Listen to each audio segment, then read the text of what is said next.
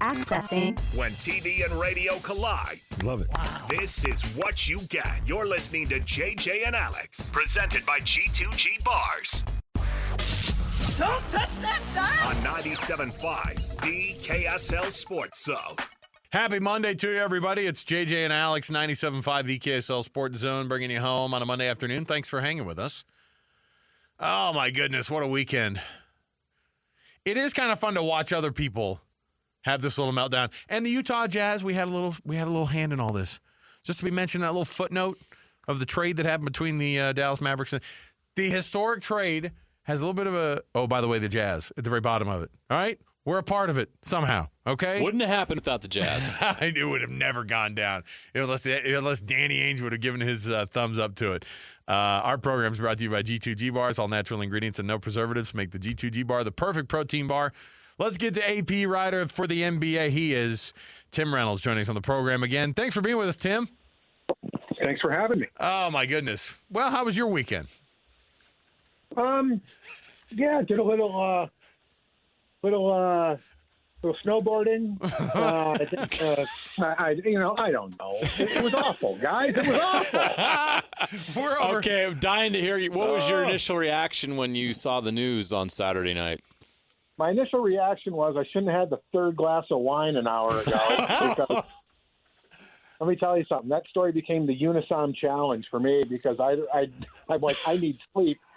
So the good folks at Unisom, luckily it doesn't work, and I was able to rally and type for the next 3 hours. It was great. You. Well, I mean, we're trying to figure out historic trades. We've been trying to hold this thing up against the reflection of NBA history and trades that you've been a part of, that you've watched and you've had to report on over the years. Where does this one rank? Has to be right up there. Yeah. I mean, it's one of one, I think. I mean, first off, the history of it, right? Like, it's the first time of two reigning All-NBA guys have been traded for one another in season. That alone makes it unique.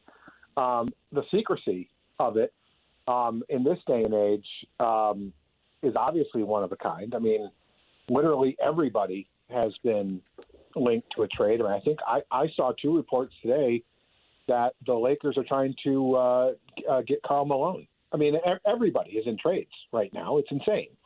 So there's that. No laughter from you guys. It's still hard. It still hurts, Tim. You can't bring that up. Too soon, Tim. Too soon. It still hurts. I realize what I did now. Oh, I'm sorry. You have no idea how much it hurt people to see him in a Laker jersey. You have no idea, Tim. I was going to say John Stockton. I swear I never going to say John Stockton. And that's why the Lakers need a big. That actually happened. And totally forgot what I did there.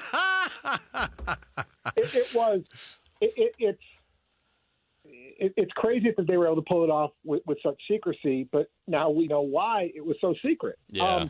If Luka found out about it, he'd have said no.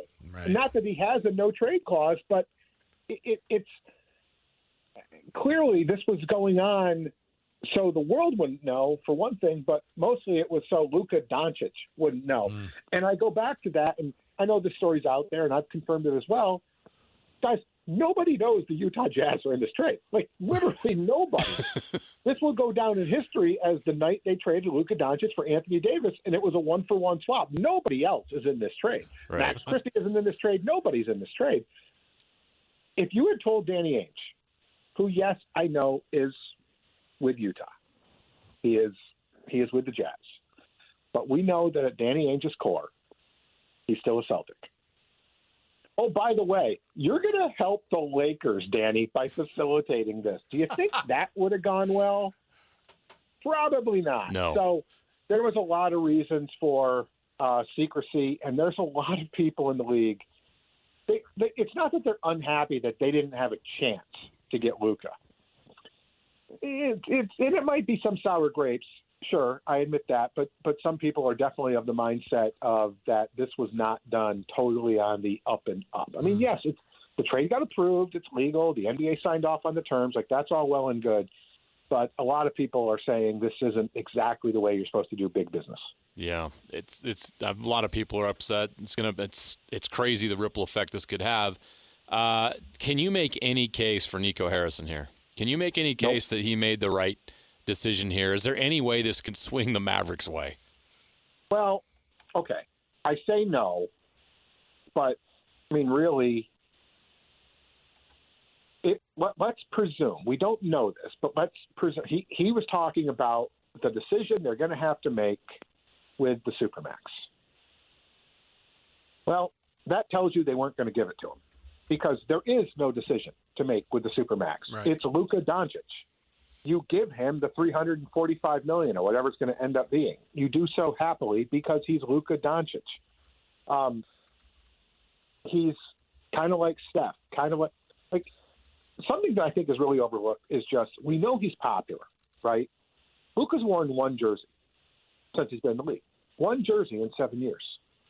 If you're a Mavs fan, you have your Luka Dončić jersey or jerseys by now. He hasn't changed numbers. I know teams come out with a new jersey every year, the City Edition and all that stuff. I get that. He's consistently been top 5, top 10 in jersey sales. You would think everybody that wants one has one by now. They keep selling more. There's just enormous popularity of Luka.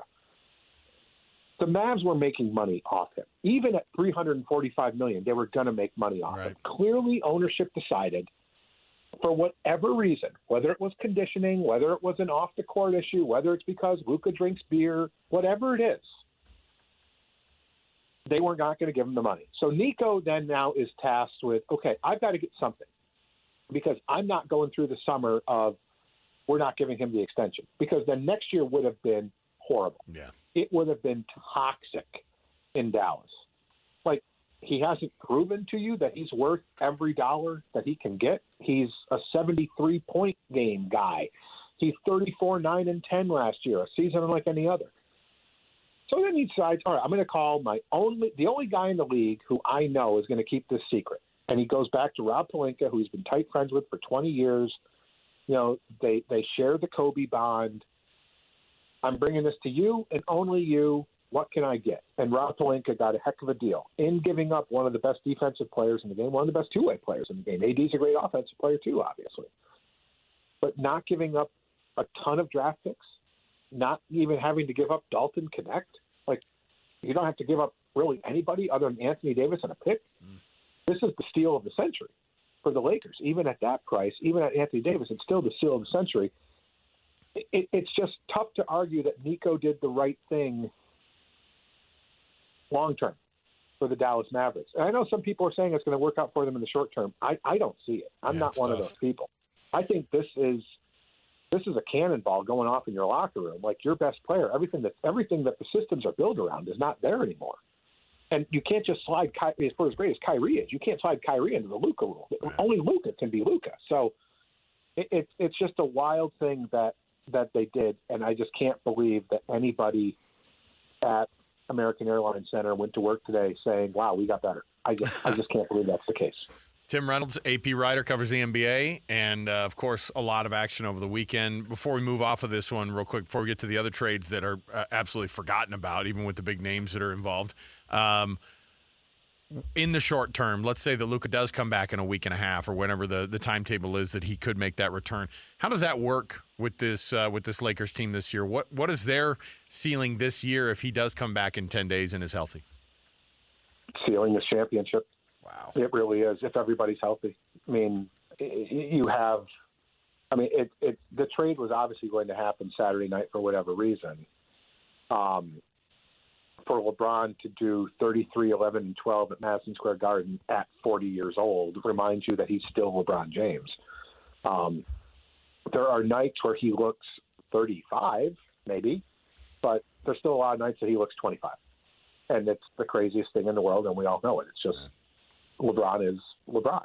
There's never been anyone like him. So he's as close to as great as he's ever been, which is really wild to say, but he's still LeBron, so there's that.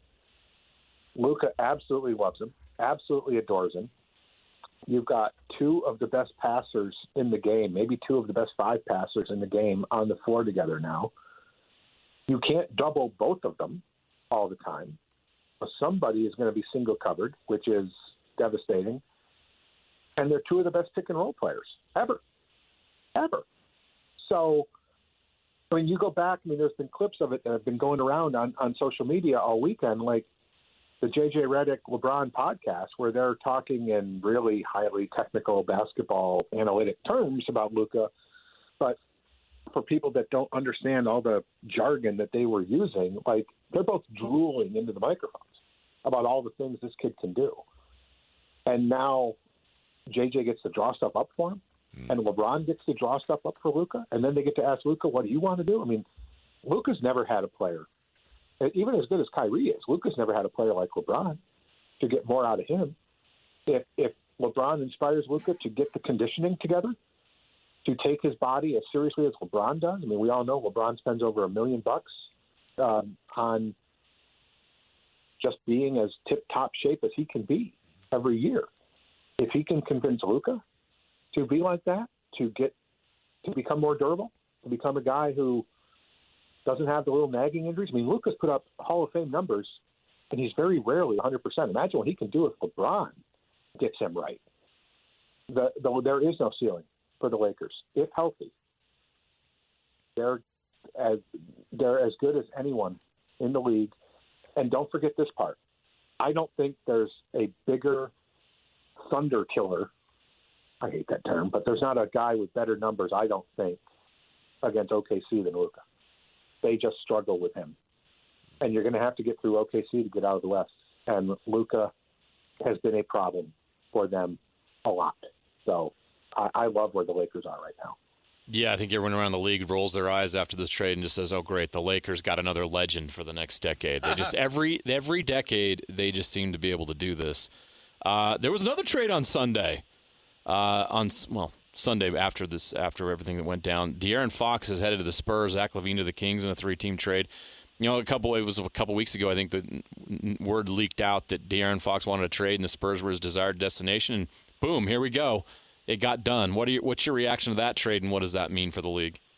Yeah, it's not going to be the last time that we hear player's name, wants a trade, and the Spurs are his desired destination. We're going to hear that a lot while Victor Wembanyama is an occupant of San Antonio, Texas. We're going to hear that every time a guy wants a trade. He's going to want to go play with Wemby. The fact that they were able to pull it off and not lose much of their draft capital. Yes, they lost 4 picks, but they have a lot more than that. They kept Harrison Barnes. They kept Chris Paul. They kept Stephon Castle. They kept Jeremy Sohan. In ordinary times, that would have been like a monumental seismic deal. Unfortunately, it happened 20 hours after the Luka deal happened. So they didn't get as much praise. The Spurs didn't get as much praise, I don't think, for pulling off such a deal and keeping so many assets. I know that trade is done and official and complete. I do think there is a ripple effect, though, from that trade that's coming. And I think it's coming to Salt Lake City in the next however time we have left. 2 hours, 2 days, 19 hours, and 36 minutes, right there, if my math is right. I think there's a player in that trade that I think is coming to Salt Lake City. Really? Yes. Who do you think it is? It's not De'Aaron Fox. But it's a great deal for them. I just don't think the Bulls are going to keep everybody they got, and I'll leave it at that. Gotcha. Look, Fox wants to be there. He's not. De'Aaron Fox is really good. I don't think De'Aaron Fox is like all universe good, but he's really, really, really good. Not a great shooter, but obviously a great scorer, super fast. The Spurs have struggled. The way to beat the Spurs right now is play fast. Look at the 2 games in Paris that I was there for a week and a half ago. In the first game, Indiana was just happy to be there, played at San Antonio's pace, and got drilled by 30. 2 nights later, Indiana played at Indiana's pace and won by 38. De'Aaron Fox will make the Spurs play faster, and it will be tougher to beat them. They're most susceptible right now to teams that play at a really high pace. Fox will change that for them. It's who Victor Wembanyama wanted as well, so that's key. His shooting is probably going to get better because of all the attention Wemby gets. The Spurs have great pieces. They have a ton of picks. They just keep getting better and better and better. They're not rushing this, but they're getting better and better and better with every move. Obviously now they are very much in the play-in mix. And then depending on health, who knows what can happen. Tim Reynolds, the AP, he covers the NBA and does a phenomenal job at it. How was France? How did they accept the NBA and their superstar guys that came over and played? They it was just so appreciative well, first of all, they just love the NBA. They're gaga for the league over there. Bringing Wemby over and giving them 2 games. It's usually a 1-game trip. Right. Wemby being over there for 2 games meant a lot to Wemby. There are other guys. Pascal Siakam is fluent in French. Sidi Sissoko, who's one of the guys who got moved this weekend that nobody will ever remember, got traded this weekend because Luka got traded this weekend. The French love seeing him. The power of Wemby was on full display. So I was there for the Olympics, and, the Olympics are obviously, I don't know if you guys were in Salt Lake in 2002. Yes. It was my first Olympics. I remember a lot about it. And just you just can't replicate that feeling of just national pride, especially since, at that time we were 4 months removed from 9/11. It just was a really magical Olympics in Salt Lake City, and they're always magical. And Parisians they love their anthem. They just loved their anthem. Wemby didn't love that it wasn't loud enough from the crowd on Thursday. So he said something about it. And on Saturday, they told the poor anthem singer, don't even bother. Sing the first 4 words. The crowd's got you the rest of the way. Wow. She didn't know what to do. And sure enough, they just drowned her out. And you could just see Wemby just nodding, okay, you guys were listening. Thank you so much. This knowing nod. It was that they loved. They're very big on the NBA. They're very curious about what's going to happen. The NBA is growing its footprint in Europe. Is it going to be a tournament? Is it going to be a league? Are we going to see a time when the NBA champion goes over there to play the Euro champion? All things are on the table because the NBA wants to grow the game commercially in Europe. And what that means is, hey, Europe, you're not making enough money off basketball. You guys are leaving a lot of money on the floor here. Let us show you how to maximize what the game is worth over here. That's what the NBA is going to do. So they loved it.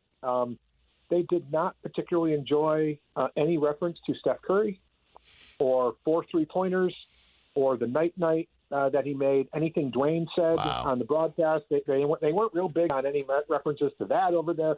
They're just a little upset that we beat them for both men's and women's gold. They're a little upset with us on that. Not quite as upset as you guys were for my Karl Malone joke, but it was still pretty bad. It was pretty bad. Oh, Tim Reynolds, the AP, covers the NBA and does a phenomenal job at it. Well, now you can officially get some more sleep, and so. Not until Thursday afternoon. And by the way, guys, I know I'll never be asked back. I've thoroughly enjoyed my second and final. Come on, Tim. We can't wait to the third. You're the best. They've earned you keep earning it. Listen, those are the kind of things that make us cry, but also make us keep having to invite you back. So we appreciate it. I appreciate it. There Anytime you go. You guys want. Tim Reynolds, everybody. When guys are this close to the league and then they have the weekend that they did, and just I love it. When you ask that question, it's just like what happened to you this weekend? Yeah, it was like, I don't know, just had the floor ripped out from under me, and I'm just covering the stuff. You're writing in the middle of the night after one of the biggest NBA stories of the last decade. Oh my gosh! I mean, it's unbelievable. Like, we haven't talked about the league hardly at all this year because of it's just there's not enough interesting things in the regular season. There's not big matchups. The guys are sitting out, but you see the power of the NBA. Yeah. The trades, and there's just nothing like a trade in the NBA. The other sports can't match it. Yeah, this will do it. This will do it for sure. Okay, we'll take a break. We'll come right back. We've got more to go. Hey, we've got our NFL Roundup, and by the way, we have some breaking NFL news to bring you as well. It has to do with a certain wide receiver in Los Angeles. Our producer, Alex, probably shedding a tear as we speak here. So we'll give you that update as things go on here. By the way, you can join Hans and Scotty on Thursday. They're going to be at RGS Exteriors from noon to 3. That's 4235 Farm Road there in West Jordan. We'll take the break. More to go. 97.5, the KSL Sports Zone. All the latest news and notes from the league and the locals in the NFL. JJ and Alex bring you the NFL Blitz on 97.5, the KSL Sports Zone. All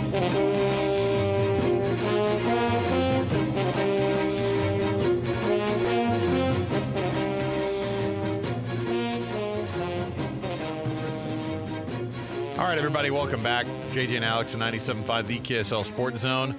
Hey, if you're listening to DJ and PK this morning, every week they give out the Chevy Strong Play of the Week, and it's all courtesy of the Rocky Mountain Chevy dealers.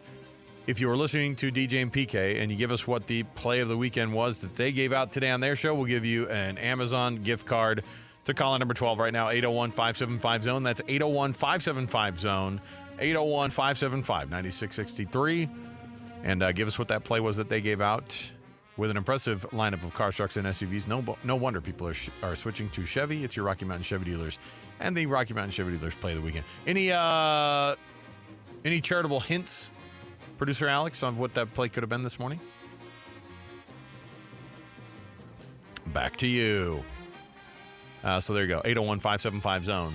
You can win that Amazon gift card. Okay, JJ, we have actual crazy breaking news now. This is like the thing now. Yeah, give us a fake breaking news sounder here, even though this is some real news here. Los Angeles Rams have some news here, as tweeted out by one of their best wide receivers in his young career.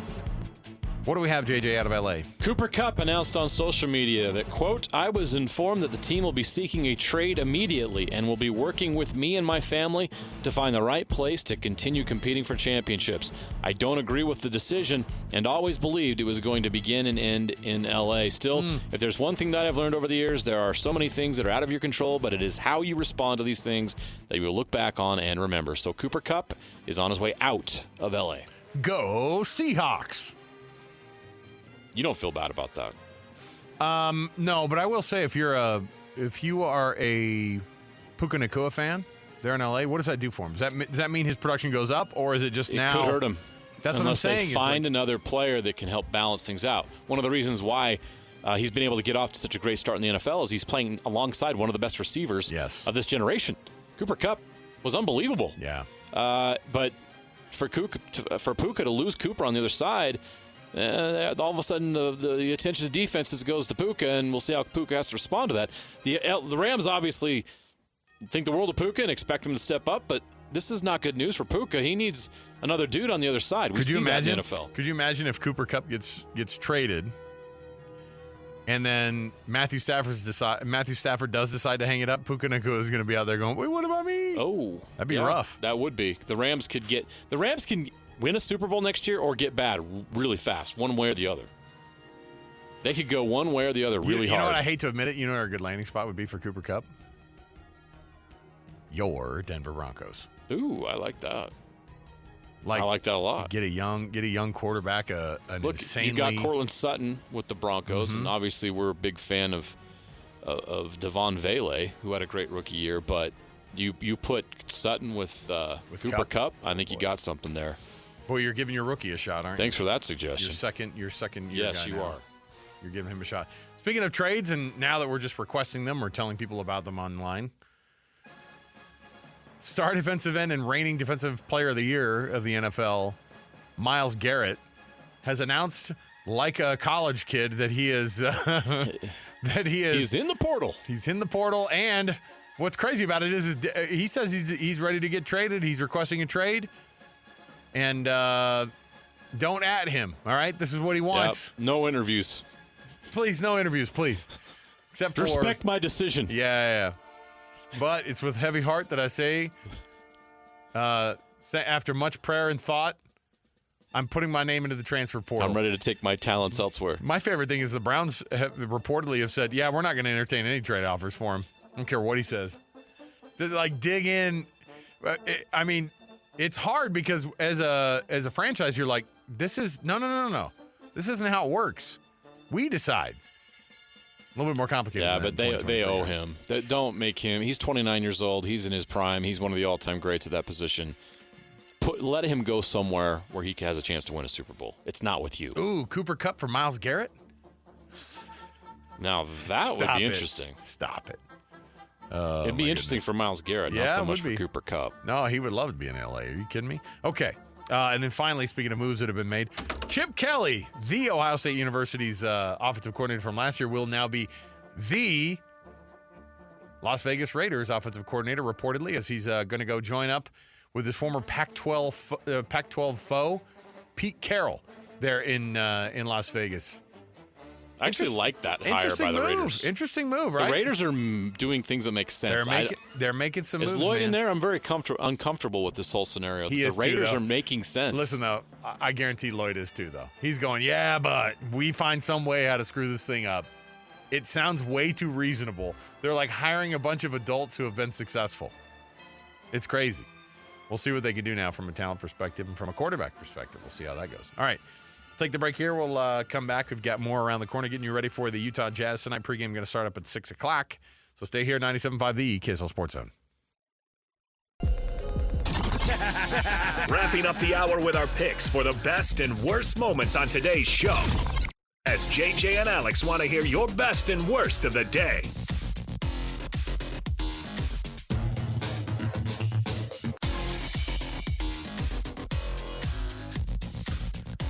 All right, everybody, welcome back. JJ and Alex, 97.5 VKSL Sports Zone. Hey, we give away those, so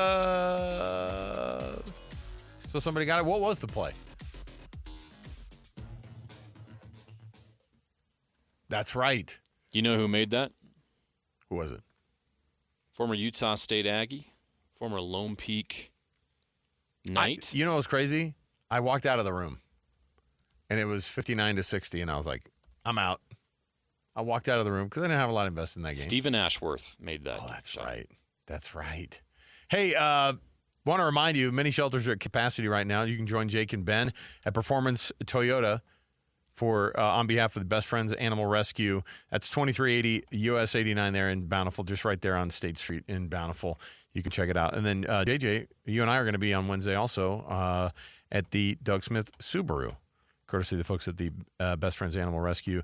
With the shelters at Max, we're trying to get the best opportunity to get these adoptions going, and it's going to be for good cause, I promise, all right? Best and worst brought to you by those Doug Smith dealerships, Dodge, Ram, Chevy, Jeep, Subaru, Kia, and now the Mitsubishi and American Fork as well. The best is BYU is going to be playing at Colorado early in the Big 12 schedule. By the way, the Big 12 schedule comes out tomorrow, so you don't want to miss any of that. So you've got Utah Jazz injury report. Cody Williams, Taylor Hendricks, of course, Jalen Hood-Schifino, he's going to be out. PJ Tucker, not with team currently. There you go. All right. There's your update. You got Utah Jazz pregame coming up right around the corner. Stay here. Much more to go. 97.5 The KSL Sports Zone.